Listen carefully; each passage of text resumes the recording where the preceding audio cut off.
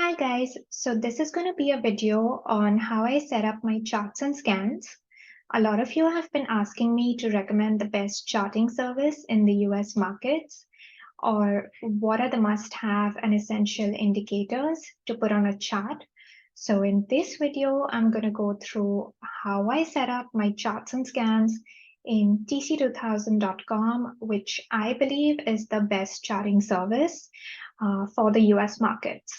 And I do apologize in advance because I have a sore throat today. And I know that a lot of you use my videos as meditation videos. So my apologies if I sound like a horse in this one. Okay, so quick run through of the way I have laid out my TC2000.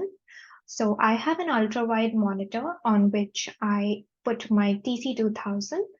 And it's basically divided into 4 sections. So the first section is where I view multiple timeframes of the same one stock.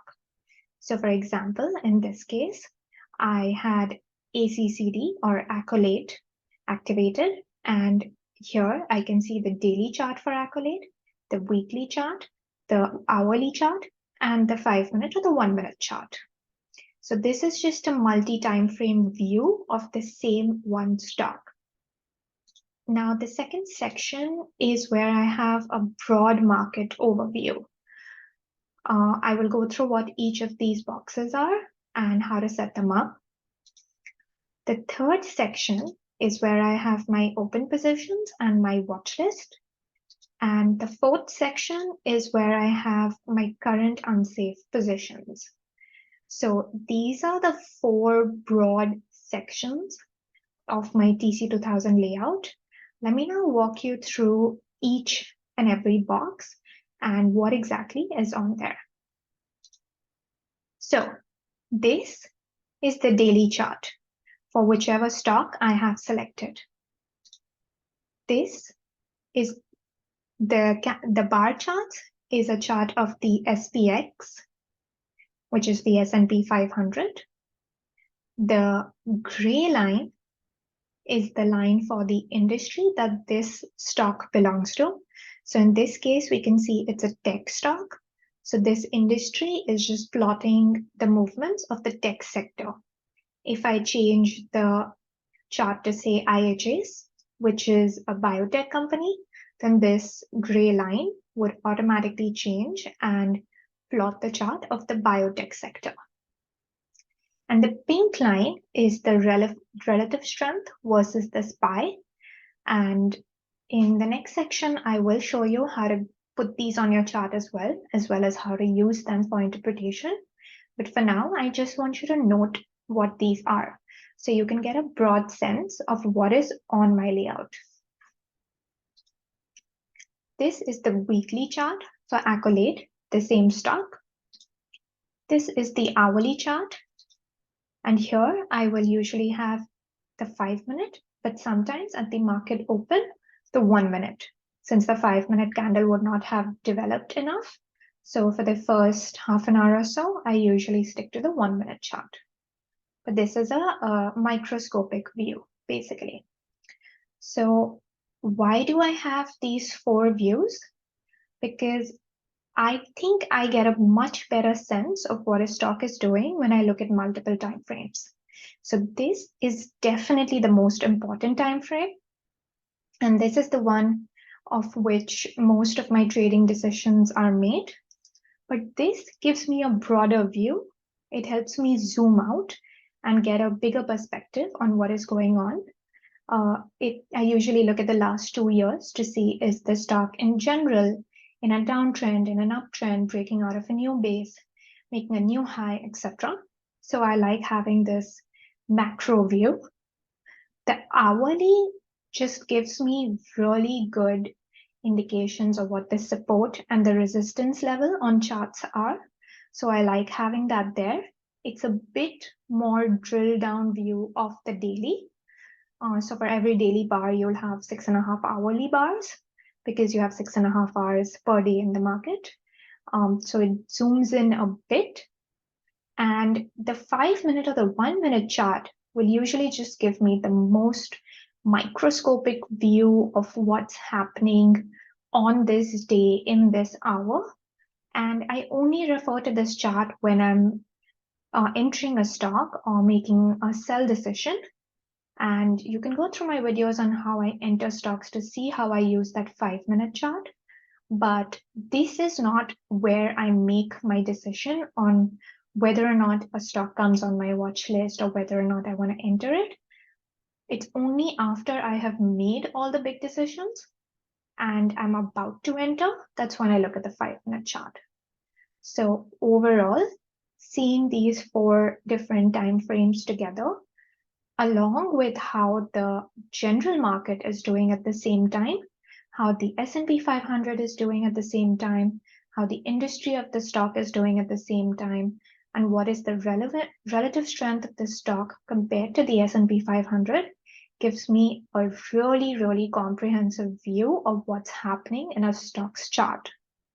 And the reason I have all 4 together rather than just one, like most traders do, is so that I don't have to keep toggling back and forth between them.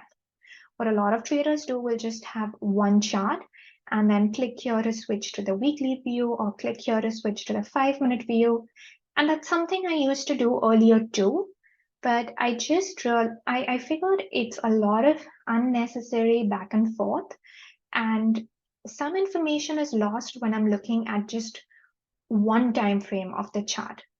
If I can look at all 4 simultaneously, draw a line here and see where the same line appears here, that gives me a much better picture of what's going on in the chart. And it also saves me the mechanical hassle of toggling back and forth again and again. Okay, now this little box here is my alerts, and you can set this up in TC2000 by going into tools. So if you've gone through my video on how I make my watch list every day, you have seen how I set alerts on certain stocks. And when those alerts go off, this is where they appear. I also get a ding sound, and I also get an email and a notification on my Apple Watch. So I never miss an alert because I'm basically getting it in 3 or 4 places at the same time. Now, this little box here is the 4 major indices of the market. So that is the S&P 500, the NASDAQ, the Qs, the Dow Jones, and the Russell 2000, which is the small caps. So these are the 4 most popular and influential indices. And seeing them just gives me a really good idea of what the broader general market is doing at any given point.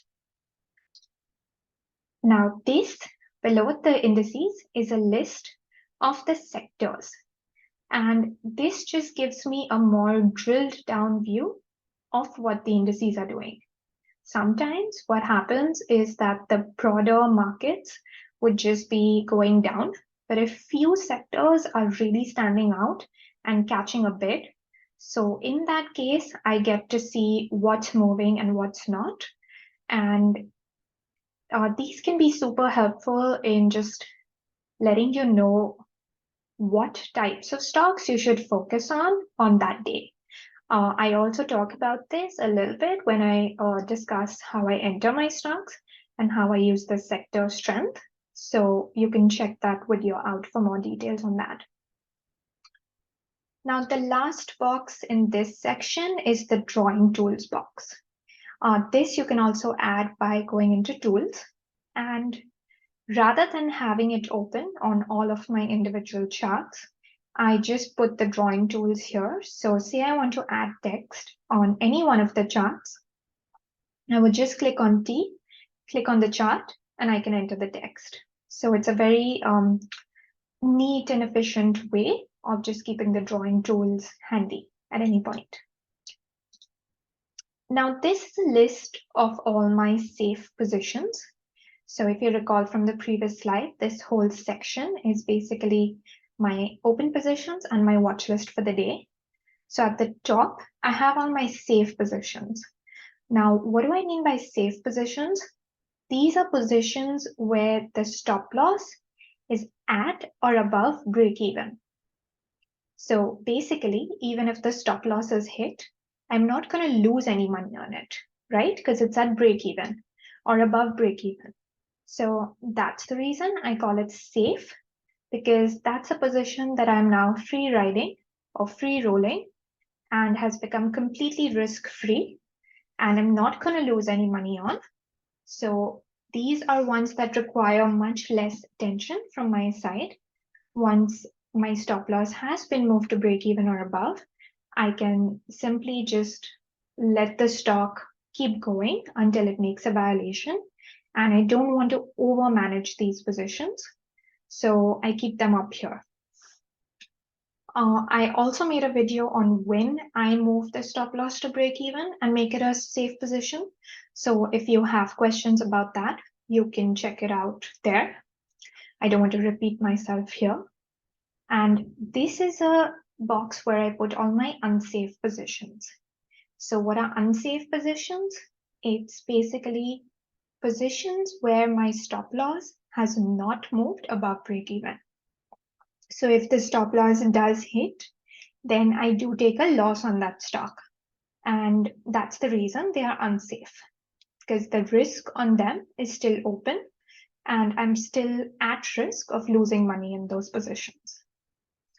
So right here below is my watch list for the day. And I discussed in detail how I make my watch list for the day and went through a live example of me making it for the next day. So you can check that out if you want to know how I do this. But basically, once I've made my watch list for the day, this is where it goes. Now,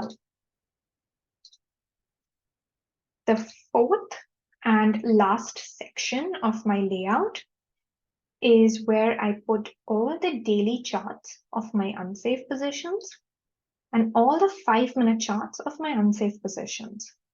So you can see here that I have 4 unsafe positions: CXM, Pod, Onan, and Mobileye. Here I have the daily and 5-minute chart of CXM. Here I have the daily and 5-minute chart of Pod, and so on for Mobileye and Onan. And why do I want to keep these on my screen? The unsafe positions are the ones at which I am at risk of losing my money. So these are ones that I want to keep a very, very close eye on. Usually, since I'm a breakout trader, as soon as I take a trade, if I have entered it at the right time, it should take off right away. And I should be able to move the stop up the same day itself. If my judgment is wrong or my entry was wrong, then these charts just tend to chop around. And for me to keep a very close eye on them and know exactly when to move the stop up to break even, I like keeping the daily and 5-minute charts of these unsafe positions open. It also gives me an indication of whether or not I should take more positions or be more or less aggressive. Say I have a few unsafe positions and all of them just break out and keep going up, and I'm able to move the stops up. That would tell me the market is very conducive for buying breakouts, and I would tend to get more aggressive. And say a lot of them just go nowhere, then that would make me stop buying breakouts and get into more defensive mode. Also, if something just keeps going sideways and the train does not arrive on schedule, so to speak, or to quote Minavini, then my time stop triggers, and I usually just cut that position out. So now I'm going to take you through my daily chart and all the indicators that I have on there and share all the formula with you. So this is what my daily chart looks like, and it's a candlestick chart. If you want to know how to interpret candlesticks correctly, then I highly recommend the Steve Nyssen books on candlesticks. I have a few moving averages on my charts, the 10, 20, 50, and 200 moving average. And I just prefer using the simple moving average rather than the exponential because I'm a simple person. But I don't think the debate on this is worth the time and effort. And with whichever one you go with, your results are going to be the same. Now, the way to add these moving averages to your charts is you simply right-click, click Add Plot, search for Simple Moving Average, and then add, say, the 20, or do the same for the 10, 50, and 200. These ones are the ones that institutions use most commonly and other traders use most commonly. So they become self-fulfilling prophecies in a sense. And oftentimes you'll find price respecting these moving averages.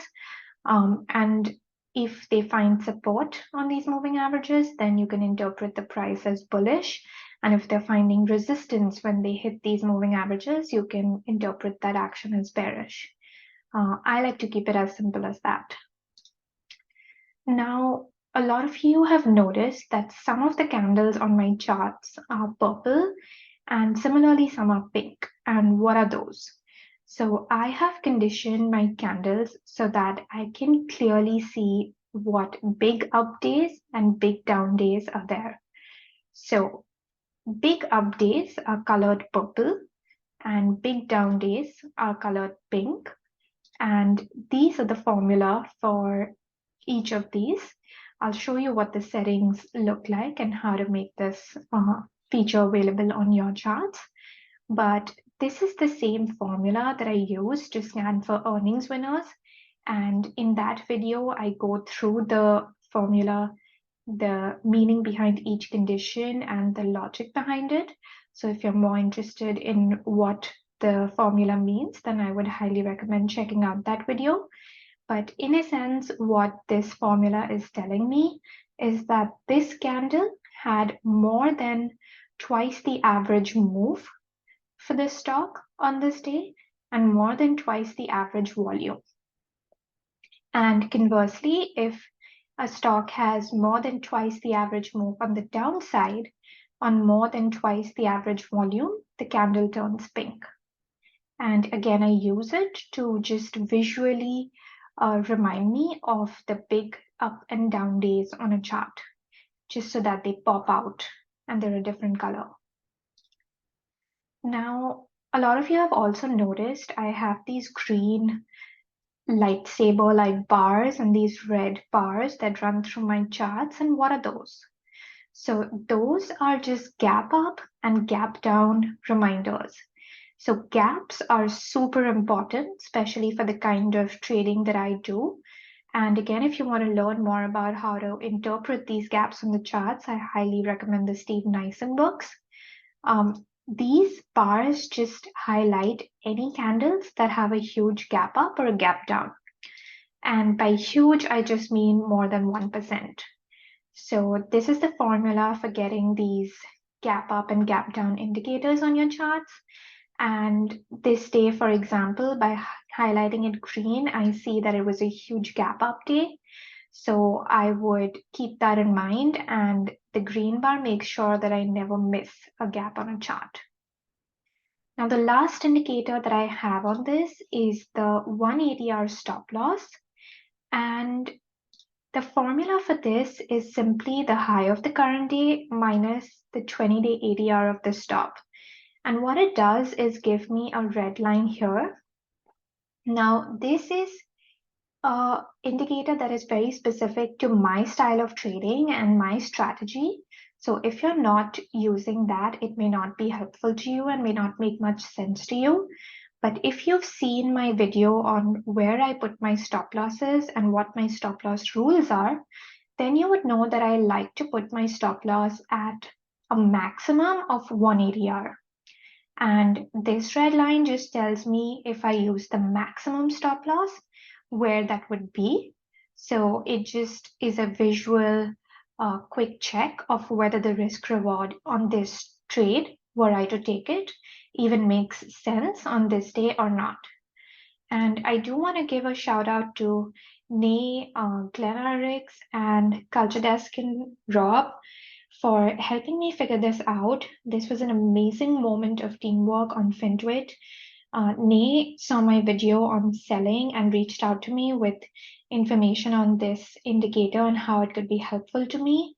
And Glenn actually helped me fix the formula for this, and Rob helped me figure out the scaling so that it would appear correctly on my chart. And together, we made it work. So this is a great example of how Twitter can be a really useful tool too, and how we can all keep sharing and learning from each other. So I'm so grateful to these guys for sharing this with me.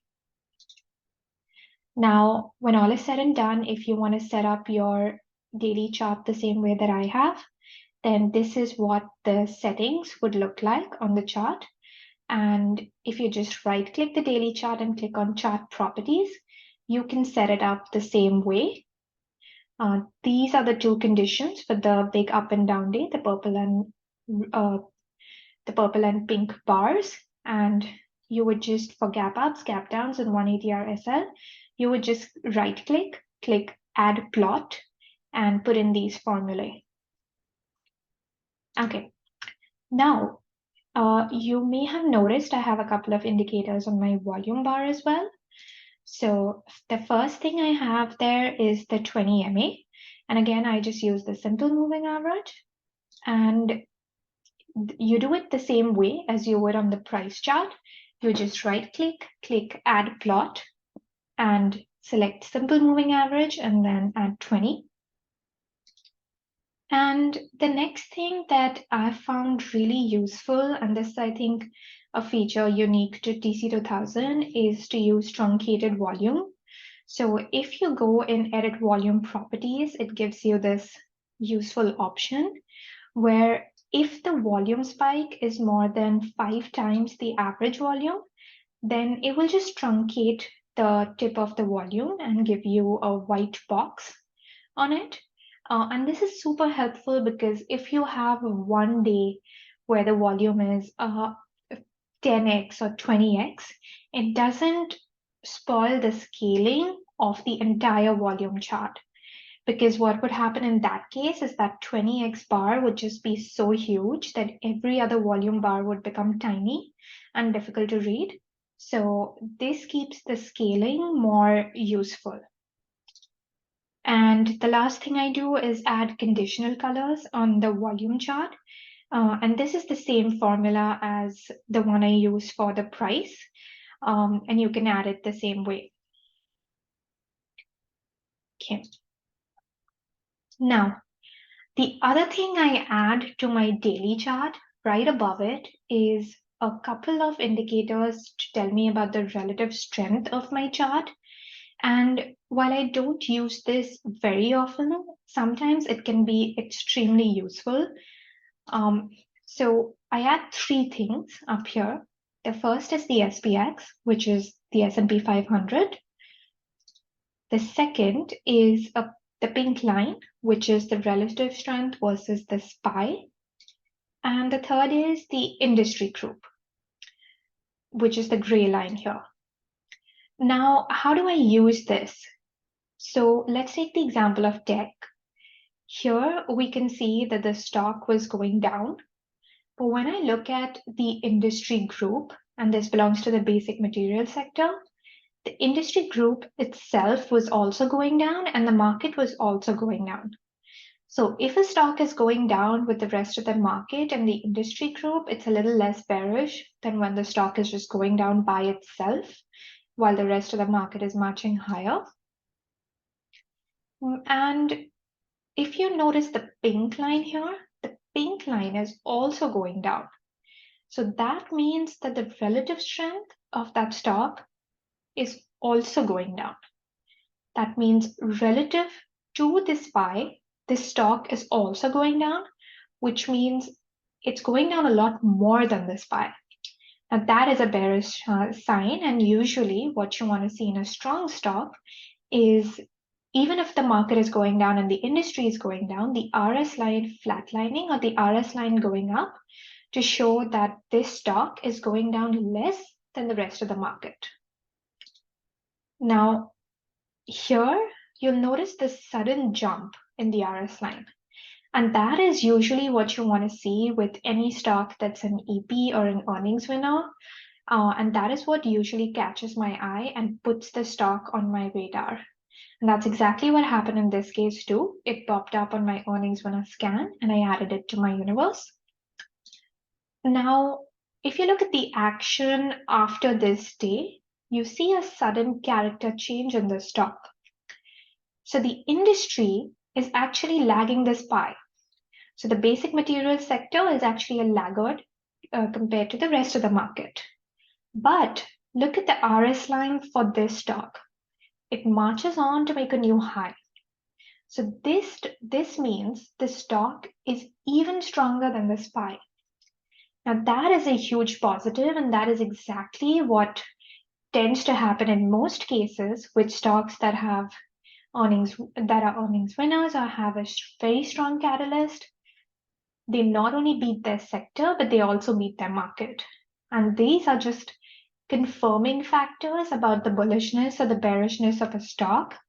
I would never make a trading decision solely based on these, but these can be a great additional tool to have in your toolbox. Now, in case you're wondering how to add these to your chart, you do it pretty much the same way. You just go on your daily chart, right click, add plot, search for S&P, and you will find SP-500. Click on that, you can add it. Same, right below it, you're also going to see relative strength 1 year versus SP500. Add that as well. And if you search for, if you go and add plot and click on industries, you're going to see the option to add the sector or the industry. I prefer industry because it's a bit more specific and the sectors are just too broad. So I click on industry. And then if I put all of these in a separate pane and scale them together, your chart is going to look exactly like mine does. Now, what do I have on my weekly, hourly, and 5-minute chart? So on my weekly chart, I have the same 4 moving averages, and you add them the exact same way. And these moving averages are also really popular among traders on a weekly chart. So that's the reason I have them. I also have the gap ups and gap downs highlighted on a weekly chart because they are even more meaningful when they occur on a weekly chart. On the hourly chart, I have no indicator. And as I mentioned previously, I use it mainly to mark my support and resistance lines. So these are drawn by me. And on my 5-minute chart, I have the volume and a 150-day moving average on that volume and the VWAP. Now, why 150-day? Because this is roughly 2 days worth of average volume. And the 5-minute chart has a very unique volume pattern, which is different from the daily chart. It usually has a U shape every day. So right at the open is when you'll see extremely high volume. Towards the middle of the day, you'll see the lowest volume for the day. And towards the end of the day, again, the volume surges. Now, why is this? Because most of the trading activity happens by retail traders at the open or by institutions at the close. And during the middle of the day is when most traders usually take a lunch break and there's not much going on in the market. So if I used a 20-period moving average on the 5-minute chart, that would not make much sense because it would always be downward sloping and then upward sloping and downward sloping and upward sloping. So instead, I use a longer time period, which is 2 days average volume, and use that as an indicator of whether volume is higher or lower. But this does not necessarily mean that there is a volume surge in the stock because it's perfectly natural for the stock to have higher volume at the end of the day and here at the beginning of the day. So factor those 2 things in mind when you interpret the volume on a 5-minute chart. Now, in case you're wondering what the VWAP is or why I have it, the VWAP very similar to the moving averages, is a very popular indicator that most traders and institutions will use. And it tends to become a very self-fulfilling prophecy, which is why it actually works and gives legitimate signals. So I use it in a very, very simple way, which is that if a stock is surfing above the moving average, the volume weighted average price, the VWAP, that's a bullish sign. And if a stock is surfing below the VWAP, then that's a bearish sign. So in a sense, it works very similar to a moving average. It's just on a 5-minute time frame. So if you look at this chart of PMEA, because it was in an uptrend that day, you could see some early indications where every time it hit the VWAP, it would bounce off. And similar is the case in KC. You can see right off the open how bearish the stock was because it kept getting rejected at the VWAP every time it came and hit that. So that's all that this indicates, and I'm never taking a trading decision based off the VWAP. It's just a good indicator for me to have for confirming the bullishness or bearishness of a certain stock. Okay, the last thing I want to go through is the bar at the toolbar at the top of all my charts. So I have these numbers here, and I'm going to go through what they are. So this is a super handy tool, which just tells me what the next earnings date for the stock is. And say the earnings for a stock are coming out tomorrow, then I'm not interested in buying it today. So I think it's one of the most useful features of TC2000, and I have not seen it in most other charting softwares. But if it is there, then you should definitely be using it. Now, this is the capitalization of a stock, the market cap, and it's usually a good indication of how big or small a particular stock is. So you can say if it's a micro cap or if it's a mega cap, and those tend to trade very differently. This tells me the average daily dollar volume that's traded. So what does that mean?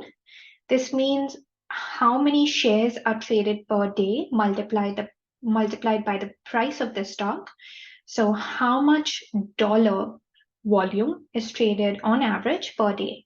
And the reason I need this is because for my account size, I need stocks that are highly liquid so that I don't encounter any kind of slippage. And usually I want this to be more than 5 or 10 million so that I can enter and exit a stock freely without having too much slippage on either side.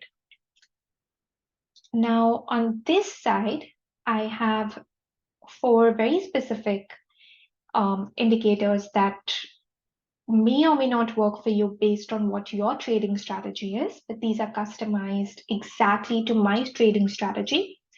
So here is the high of day, and if you've seen my video on how I enter stocks, then you know that one of the tactics that I use to enter is the 5-minute opening range high.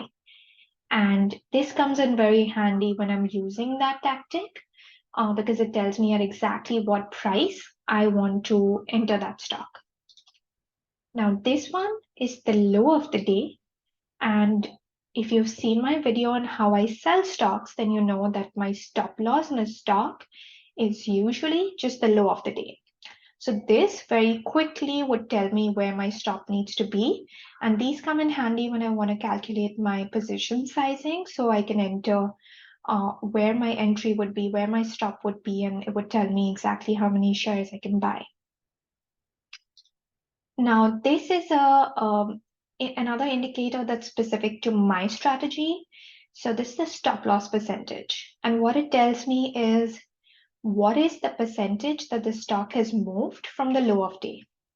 So if I were to enter the stock now and place my stop loss at the low of day, my stop loss on this stock would be 1%. And this is telling me what the ADR of that stock is. And that's just the average daily range of the stock, or how much the stock moves in a day. So why do I have these here? Because one of my stop loss rules is that I never want the stop loss to be more than one ADR.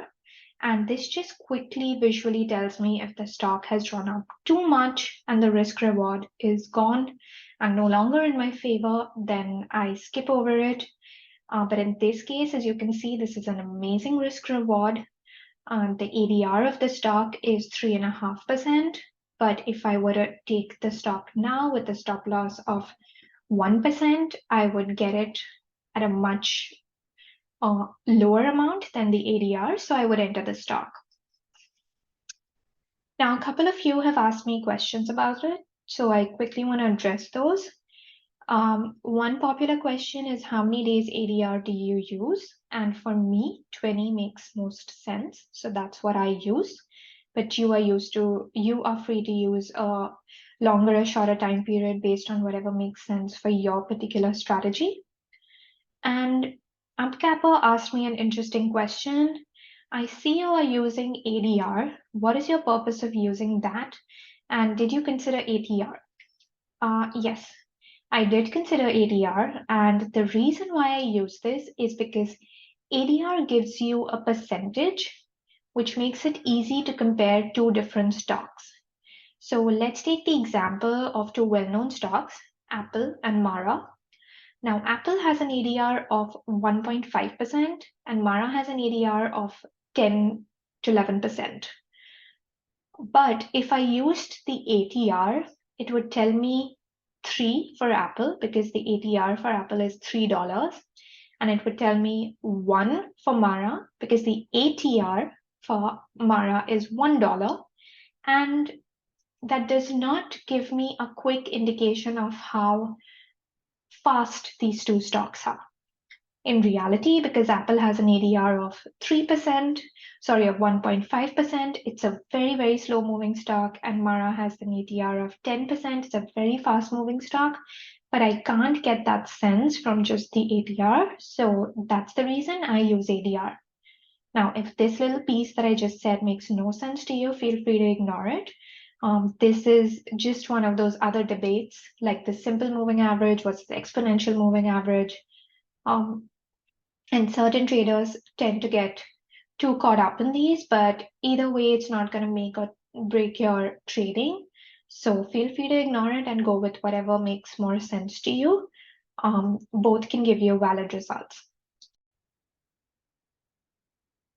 So after this, the stuff that I have on my charts is really simple and doesn't require any special indicators. So I just have the messages box, which you can add from the tools. Then this is a watch list that I created of the 4 indices, a watch list I created of the ETFs, and you can feel free to copy these if you also want to add them to your TC2000, and if this makes sense to you. And this is just the drawing tools board that you can add from the tools section as well. And I do want to give a quick shout out to Johannes and Kaushik, who sent me detailed messages and emails about how to use this and what the benefit of that would be. It's definitely helped clean up my charts and declutter them. So this is another beautiful moment from FrintWit coming together and the benefits of teamwork.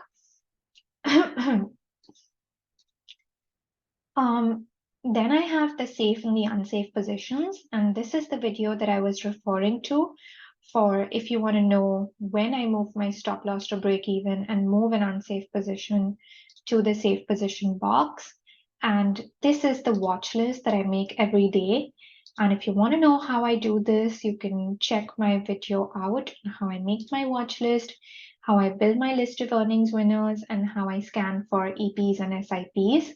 Everything that's on here will come from one of these 3. And then in the last portion of my layout, I have a zoomed in view of the unsafe positions.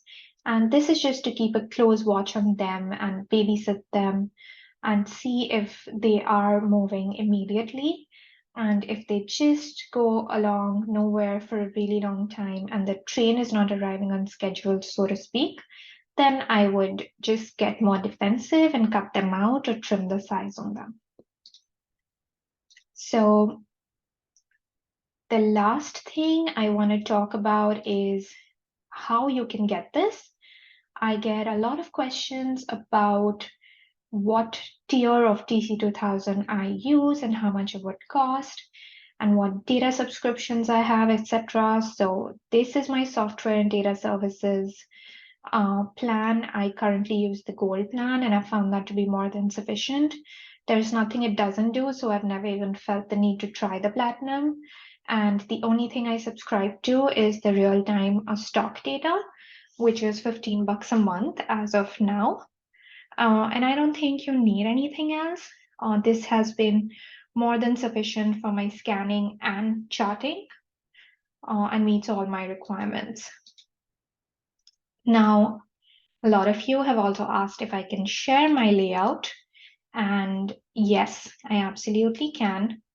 So the link to my layout is shared in the description below, and I'm just going to pin that. But what I highly recommend you doing if you're a serious trader who wants to make it full-time is go on TC2000's PCF syntax table, and this is the link for it, and really empower yourself. So it took me all of one day to learn their commands and understand how to code on TC2000. And I think if you're serious about trading, then you absolutely should know how to use the code and the software because it's a very, very valuable tool. So I got this message from Uber Trades who said, my background is in healthcare, so I'm not very IT inclined. Well, I do want to let you all know my background is also not in IT, but in social sciences and humanities, and I still was able to figure this out within a day. And he says, either I settle for OK scans or really customize them, but learn how it works. This is true. And I highly, highly recommend if you're a serious trader that you not settle for OK scans, but just put in the 1 day of effort it's going to take, or at most 2, and really learn how to customize these scans to work for your specific trading strategy. And if you found this video useful, please do let me know. Because as you know, this is a labor of love for me, and I'm just doing it because I like helping traders. And if you have any questions about this or anything that I was unclear about, definitely let me know because I read every comment and question and try to answer it either immediately or in a future video. And if you have any suggestions for me based on how I trade and how I can improve my TC2000 scans and charts, definitely let me know because I think teamwork makes the dream work and we can all learn and share with each other. Thank you so much.